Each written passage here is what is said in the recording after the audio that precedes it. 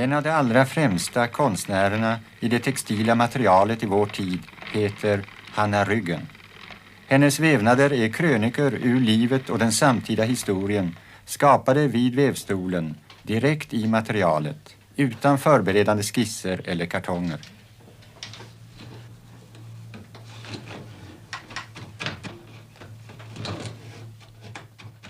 Vem är då Hanna Ryggen? Efter att ha varit bosatt i Norge i 40 år är hon givetvis mer känd i Norge än här hos oss. Men hon är urskånska från Malmö.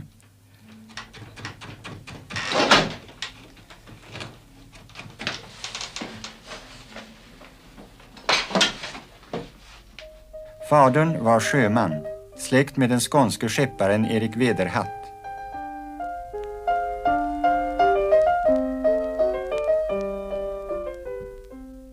Modern, Kana Kall, var en duktig kokerska som tjänstgjort i konsulhus i Malmö.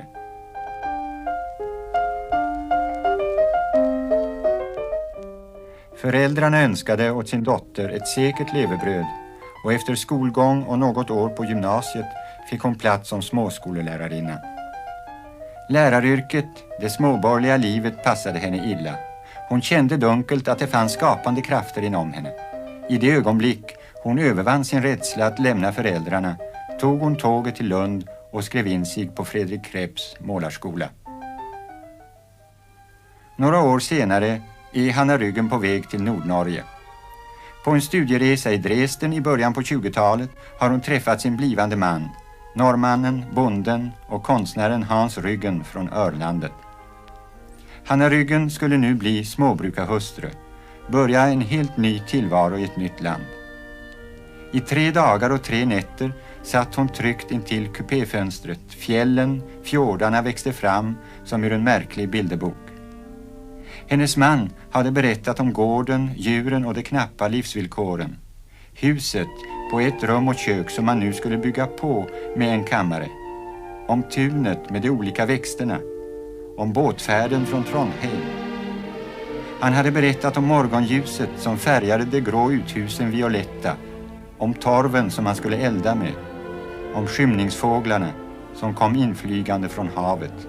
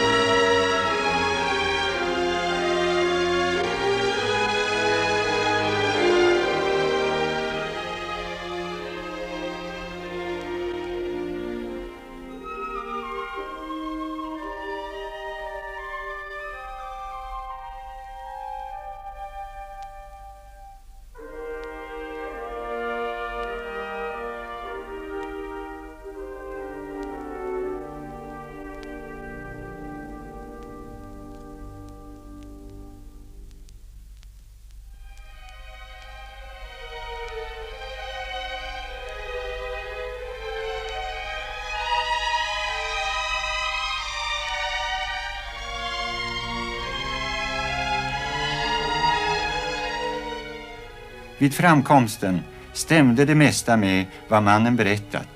Men det märkliga var att här, på denna sönderblåsta del av Trondheimsfjorden, var trakten lika platt som i Skåne.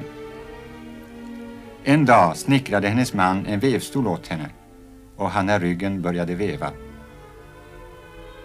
Utan någon egentlig textilutbildning kunde Hanna Ryggen pröva sig fram som hon ville, med stor frihet i material och teknik.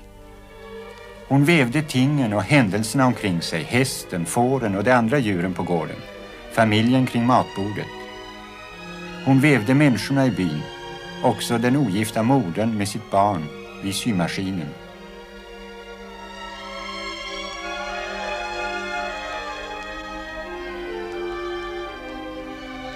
Och senare släkten som hon mindes den.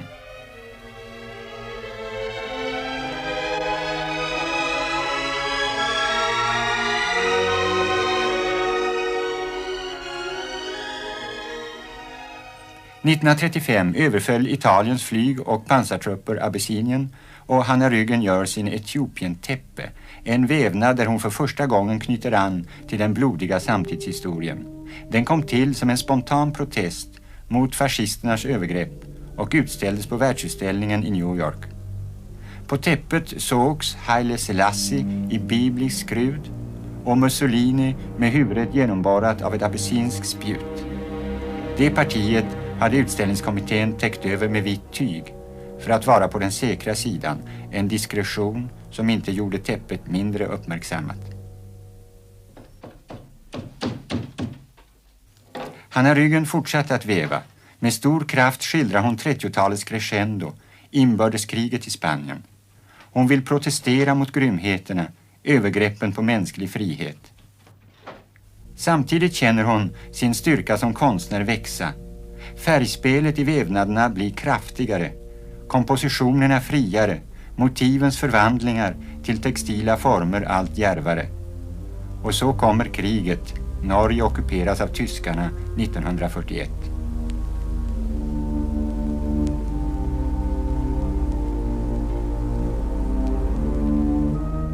När hennes man förs till koncentrationsläger fick hon ensam sköta småbruket. På kvällar och nätter, bakom neddragna rullgardiner, vävde hon nya trådar i täppen. Hon arbetade febrilt utan avbrott. Endast när stöveltrampet kom allt för nära hennes fönster blev hon vaksam och slutade upp. Vi ska låta Hanna Ryggen själv berätta något om sitt liv och sin konst. Jag vävde ett täppe om min man som jag kallade Grini-täppet. Det var nämligen slik att hans blev tatt av tyskarna dagen före pingstafton 1944. Tillsammans med flera andra på Ölandet blev han kastad i en bil med bakbundna händer och förd till en motorbåt till Falstad och därifrån senare till Grini. Och jag vill hoppa över allt det leja som hände. Men något glädligt var det, och den 19 december 1944 så fick jag besöka honom på Grini. Senare så fick han sitta helt till krigen var slut. Och han kom hem. Alla fångarna kom en dag glidande in till Kaja den 11 maj 1945. Och hela kajen var smyckad med björkelöv och stod tätt om människor. Och jag såg han som bord i båten i den gamla tröjan, vindtröjan som har rest med nummer på 13 243 som jag senare vävde in i täppet då.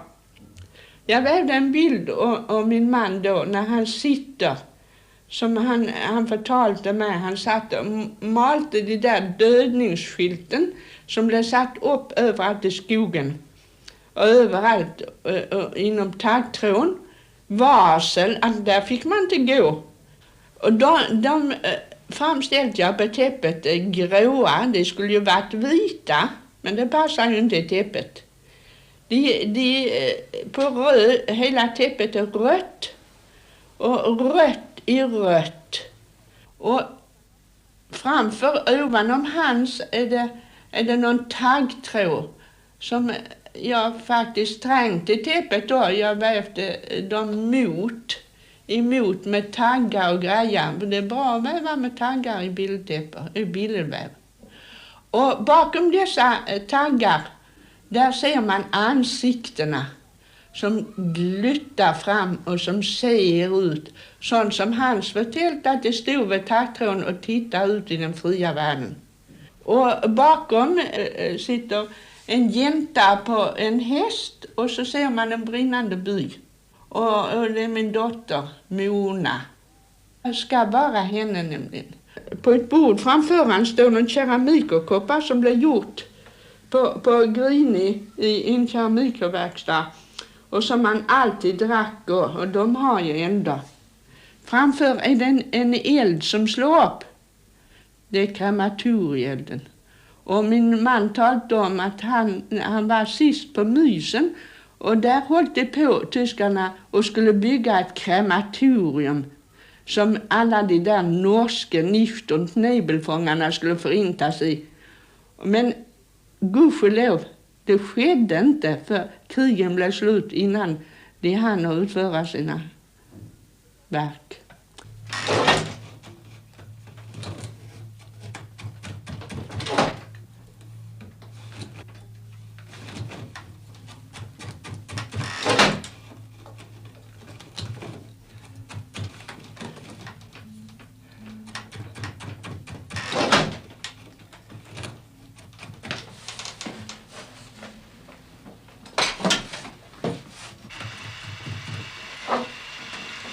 Jag malte för Fredrik Krebs i Lund i 6 år. Men jag har hela tiden lust att arbeta med mina händer. Och där tänkte jag på att väva. Men jag kunde inte väva. Och jag gjorde ingenting med det förrän jag blev gift och kom på Öland. Jag ville väva människor och jag ville väva från min egen tid. Jag ville inte väva skogen med hjortar som sprang, utan jag ville väva om tiden och ta motiv därifrån. Om saker och händelser och idéer runt omkring mig. Och jag hade för mig det att jag skulle väva utan mönster. Ja, det har jag gjort helt från första början. Jag tänkte inte upp det utan hade in i mig själv. Och där såg jag liksom täppet. Och utifrån det vävde jag. Jag hade med mig en så kallad flamsk vävstol. Som en sån rame där man spänner upp hennes trådar. Och där prövde jag att väva ett täppe och min man såg på det. Och då syntes han att det gick så svårt då. Så sa han till mig, Hanna, jag vill finna upp en vävstol till dig. Och det gjorde han. Han fann upp en vävstol. Och den har jag och väver i och den blev väldigt bra. Jag lärde mig att spinna och färga och så småningom att väva. Därför att det fordrar, när man brukar, till exempel bildhuggaren brukar ju en sten, men en väverska har ju väven och då må hon rätta sig efter väven, vad den förlangar. Man må lära sig att behärska de medlen man ska bruka. Man må lära sig till exempel att det är ju baserat på en bindning, en horisontal och en vertikal linje. Den bindningen består ju väven av.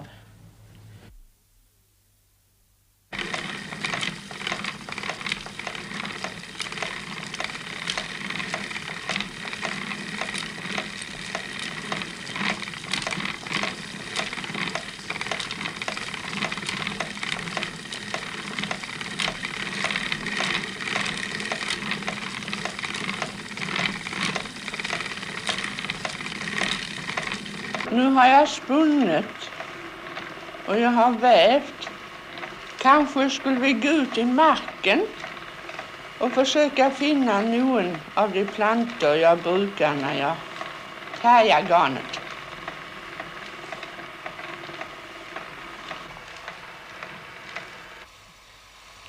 Jag spinner mitt garn och spär så en lång blank ull och den spinner jag utan att kada den. Hela tiden har jag färgat mitt garn själv. Och jag tänkte mig från början när jag ser en blomsträng eller skogen, då vill jag dra det in i mina täppor. Jag har färgat och bark och jag har färgat och mossa, jag har färgat och blomster och lavar som hänger på träna. Allt i naturen. Och löv, jag färgar ju rönnlöv och jag färgar ju björklöv. Den gula färgen är sån att den är ju ömtålig för lyset. Så jag har brutit lite gult därför att Det bästa har varit faktiskt rösslyng eller ljung som ni säger. Det håller sig bäst, syns jag. Den viktigaste färgen som jag har brukt, det är potteblått. Och den får man på det sättet att man samlar urin. Och den järar man vid och den ska ha jämn värmegrad. Och när man järat den en tid så tillsätter man indigo. Och den blå färgen har jag brukt i de flesta. Det är faktiskt min huvudfärg.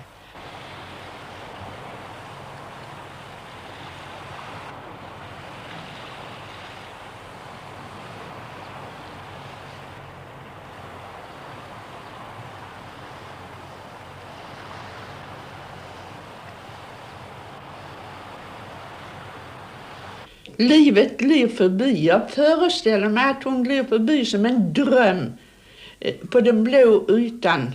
Det är en akt jag har vävt. Jag kunde ju klätt henne på, men det ville jag inte. Jag ville ha allt sånt från naturen som det var. Och jag tänkte just på den Paul Gauguins situation. Att han kastade allt över bord och gav sig livet i våld. Han kastar sig ut i det blå. Och det har jag framställt på täppet med hans hode. Och så ser man en hand som sticker upp och liksom hakar sig fast i livet. Och jag tänkte bara att den situationen är för alla människor nästan. Det är ett ögonblick i deras liv då livet glir förbi och drömmen kommer. Och det gäller då att haka sig fast i drömmen. Men det finns en del människor, de allra flesta kan det ju inte. Uppe i täppet är det någon grå ansikter, en hel rad. Jag kunde ju inte väva hela människan, men de sticker fram liksom uppe i översta kanten. Och det menar jag är de människorna som icke kan ge sig livet och våld. De flesta människor kan inte göra det. Så vävde jag ett täppe som heter Trojanska hästen. Då tänkte jag på dessa malarna som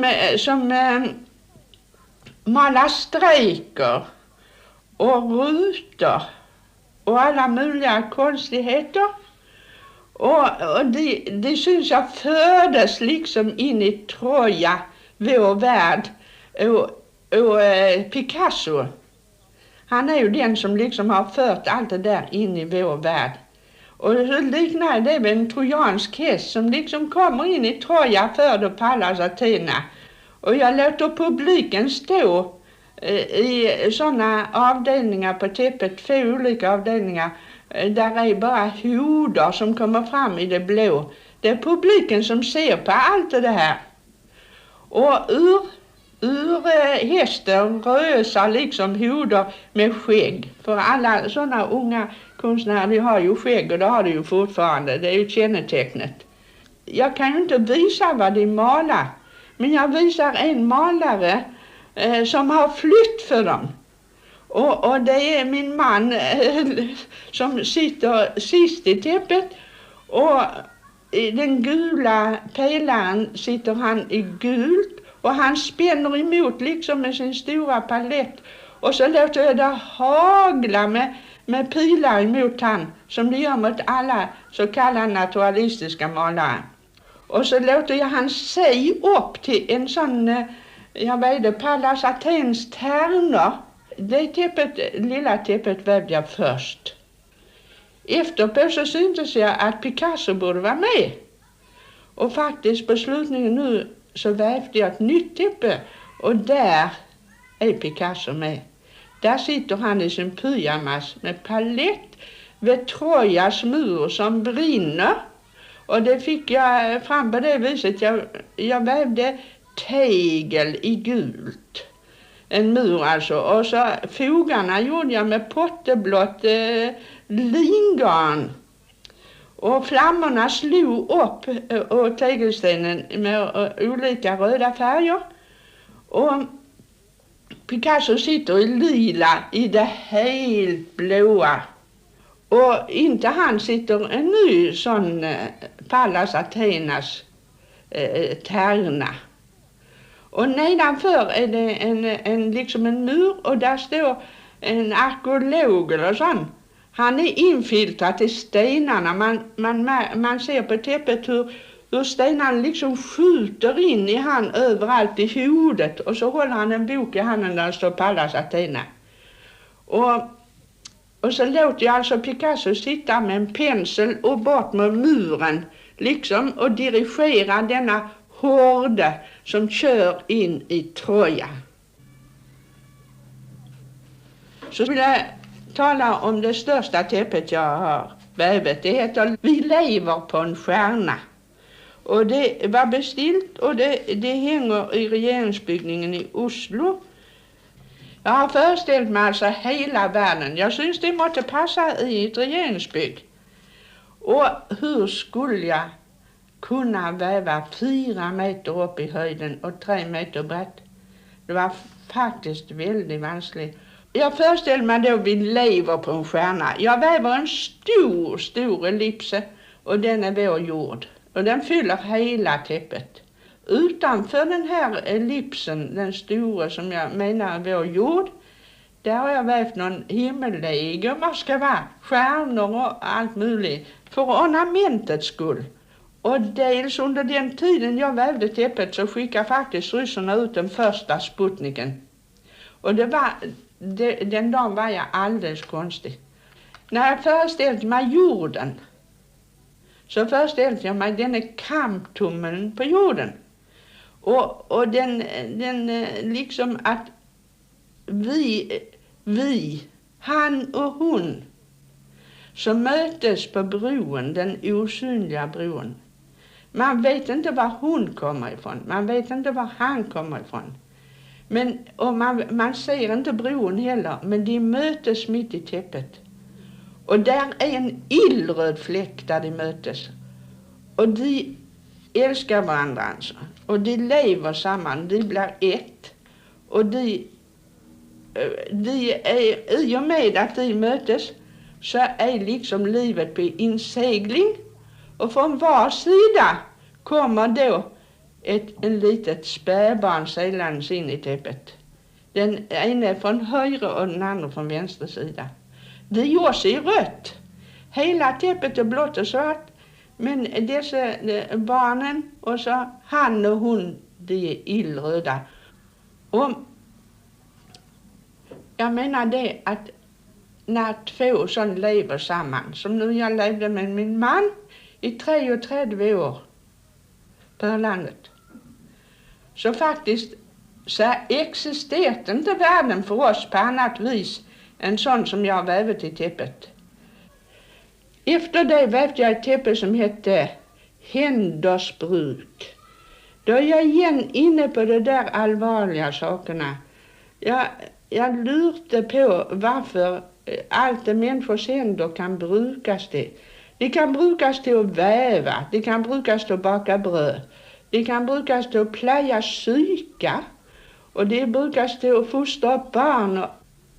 Händers bruk kallade jag det täppet och ämnet för det var mina funderingar över varför människorna tog vapen i hand. Varför tar människorna gevär i hand och går emot andra människor? Det där kunde jag inte förstå. Och det måste vara en äckelvana som kunde vändas. Och hur skulle jag väva det? Det var väldigt svårt. Jag låter marken vara färga i stenmossa, ett helt brunt, jag tänkte mig ett helt brunt täppe. Och brunt och svart och blått. Och i det låter jag alltså folken ducka upp på jorden. Bara hodarna igen, de duckar upp gråa och med såna, de håller någon vapen i händerna, såna granater eller någonting sånt. Och så låter jag en av dessa människor färgas och drömmen. Och det visar jag genom att bakom han har någon liksom vingar i blått och gult som skiner. Det kommer liksom bakom han. Han själv är hel figur och grå. Och han kommer upp liksom av denna graven, skyttegraven. Och så har han ett gevär i handen och det släpper han. Och så fattar han om drömmen igen. Drömmen framställer jag mitt på täppet som en kvinnofigur igen i blått, i blå gevanter. Och hon har liksom en fredspalme över sig i blått och gult. Och så kör hon 2 hästar, man ser bara hodarna. Han fattar henne i handen, han far med drömmen. Han far igenom den och kommer hem till sin kone, sin älskade. Och hon står på andra sidan och han omfamnar henne. Och hon bjuder han en dryck. Och han har fortfarande den där drömmen bakom sig. Och i förgrund det hände det att när jag vävde det täppet så jag har ofta radion på när jag vävde. Och då snackade jag om den gången att serbiska fångar var uppe i Korgen. Och då snackade just om det att de sista dagarna innan vapenstillestånden så har de tågat på vägen fram där mellan fjällen. Och då har en fånge inte varit så behaglig som tyskarna mente och vaktsoldaten sköt fången. Och han träffades och sjönk ner. Och i det han sjönk ner så tog han sin finger och doppade i blodet. Och så skrev han ett kors på den grå fjällväggen.